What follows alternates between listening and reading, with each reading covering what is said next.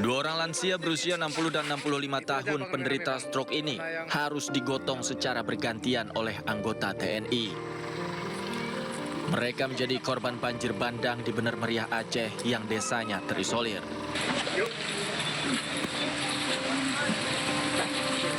Akibat akses jalan yang lumpuh, kedua lansia ini digotong dengan cara berjalan kaki hingga 6 km menuju ke Puskesmas Buntul yang menjadi fasilitas kesehatan terdekat.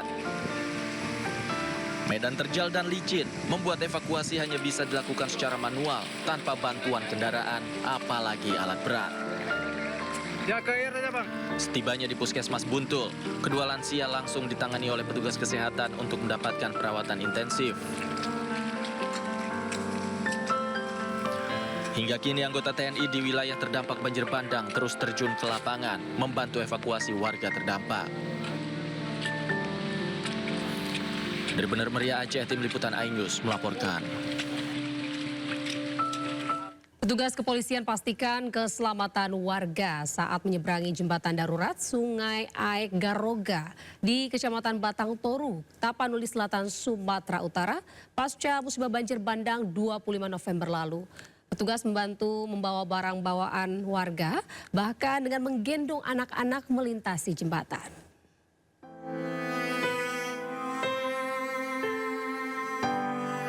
Banjir bandang yang menerjang Tapanuli Selatan menyisakan banyak kerusakan.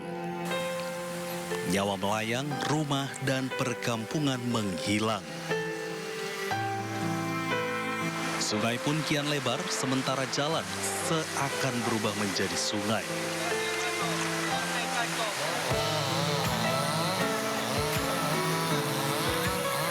Seperti jalan lintas Sibolga Padang Sidimpuan ini. Akibat diterjang banjir bandang, jalan penghubung Tapanuli Selatan dan Tapanuli Utara ini berubah menjadi aliran sungai. Akibatnya ratusan warga sekitar terisolir.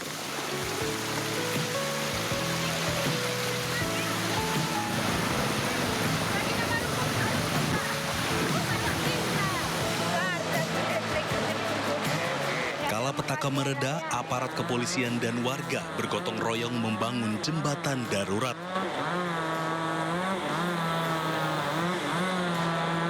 Walaupun dibuat dari gelondongan kayu yang dibawa bandang, jembatan sepanjang 20 meter ini bisa difungsikan. Untuk menjaga keselamatan warga, personil Satprimo Polda Sumatera Utara dikerahkan dari pagi hingga sore. Secara bergantian mereka berjaga di sekitar jembatan. Kami di sini bertugas, Bang, untuk buka tutup rute yang sudah dibuat, Bang, jembatan darurat. Bila mana ada yang mau dari Garoga ke Anggoli ataupun sebaliknya, kami sistem bergantian. Jika dari Anggoli mau ke Garoga, kami tutup dulu akses yang dari Garoga. Begitu juga sebaliknya, Bang. Ya syukurlah ada Bang Brimob bisa terbantu kita untuk menyeberangi jembatan ini.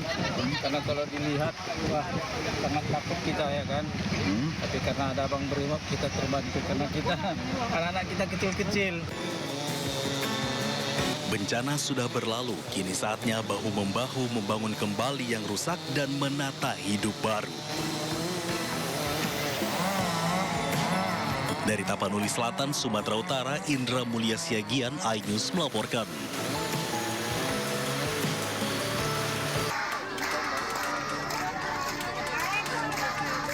Presiden Prabowo Subianto didampingi Gubernur Aceh Muzakir Manaf meninjau korban banjir di Aceh Tamiang, Aceh, Jumat siang.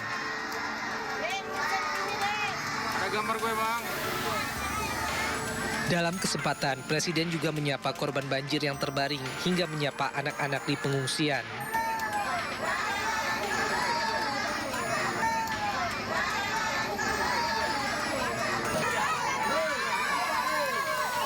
Presiden Prabowo memastikan pemerintah tak akan tinggal diam dan akan terus turun membantu masyarakat terdampak.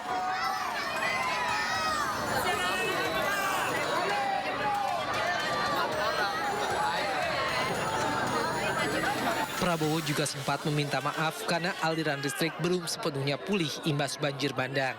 Saya lihat keadaan, insya Allah bersama-sama kita akan memperbaiki keadaan ini pemerintah akan turun, akan membantu semuanya, ya.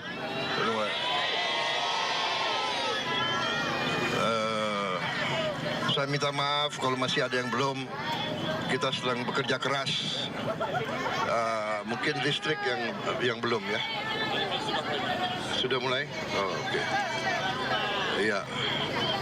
Ya, kita berusaha, kita tahu di lapangan sangat sulit, ya. Keadaannya sulit, jadi kita atasi bersama.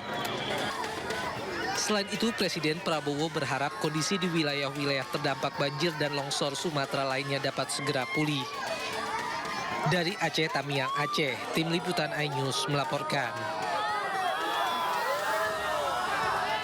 Sementara itu pemirsa, puluhan warga Kecamatan Putri Betung, Kabupaten Gayo Lues, Aceh, ini berburu sembako ke Aceh Tenggara.